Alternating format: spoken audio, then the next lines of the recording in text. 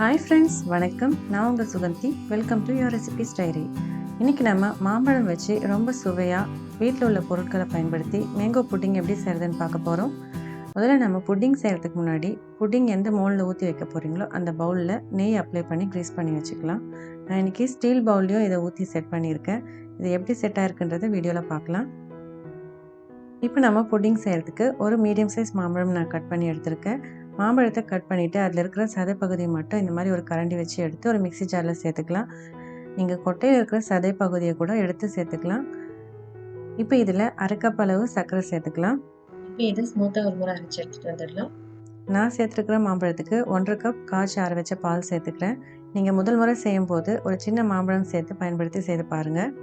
இப்போ இதை மிக்சியில் ஒரு முறை நல்லா அரைச்சி எடுத்துகிட்டு வந்துடலாம். இப்போ இந்த மாதிரி நல்லா ஸ்மூத்தாக அரைச்சதுக்கப்புறமா நம்ம ஸ்டவ்வில் ஒரு பேன் வச்சு அதில் இந்த மாம்பழ கலவையை ஊற்றிடலாம். ஸ்டவ் லோ ஃப்ளேமில் வச்சுட்டு மாம்பழம் நல்லா வேக விடலாம். இப்போ ஒரு மிக்சிங் பவுலில் 1/4 கப் அளவுக்கு கார்ன்ஃப்ளோர் எடுத்துக்கலாம். 100 ml பால் சேர்த்து இதை கட்டிகள் இல்லாமல் நல்லா கரைச்சி விட்டுக்கலாம். ஸ்டவ் லோ ஃப்ளேமில் இருக்கட்டும். கார்ன்ஃப்ளோர் மில்க்கை இதில் சேர்த்துடலாம். தொடர்ந்து நல்லா கைவிடாமல் கலந்து விட்டுக்கிட்டே இருங்க. கார்ன்ஃப்ளோர் மில்க் சேர்த்ததுமே இது நல்லா இருக ஆரம்பிக்கும். கார்ன்ஃப்ளோர்லேருந்து நல்லா பச்சை வாசனை போகணும். கார்ன்ஃப்ளோர் நல்லா வேகணும். அப்போ தான் நமக்கு புட்டிங் நல்லா செட் ஆகும். அதனால் இதை தொடர்ந்து ஒரு 8லேருந்து 10 நிமிஷம் வரைக்கும் நல்லா வேக விடுங்க. இது நல்லா வெந்து இந்த மாதிரி கொஞ்சம் கெட்டியான கன்சிஸ்டன்சிக்கு வந்ததும் இதில் ஒரு பிஞ்ச் சால்ட் சேர்த்துக்கலாம். அதிகமாக சேர்த்துறாதீங்க. உப்பு கொஞ்சமாக சேர்த்துக்கிட்டா நல்லா ஒரு இனிப்பு சுவையை என்ஹான்ஸ் பண்ணி கொடுக்கும். இப்போ இதை நல்லா கலந்து விட்டுட்டு ஸ்டவ் ஆஃப் பண்ணிடலாம். கடைசியாக இதில் பாதி எலுமிச்சம்பழம் கட் பண்ணி அந்த ஜூஸை புழிஞ்சு சேர்த்துக்கலாம்.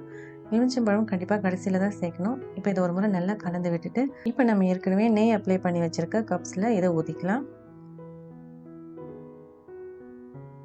இது அப்படியே ஆற விட்டுடலாம். நல்லா சூடு ஆறுனதுமே இது நல்லா செட் ஆகிடும். இப்போ பாருங்கள், இது நல்லா ஆறிடுச்சு.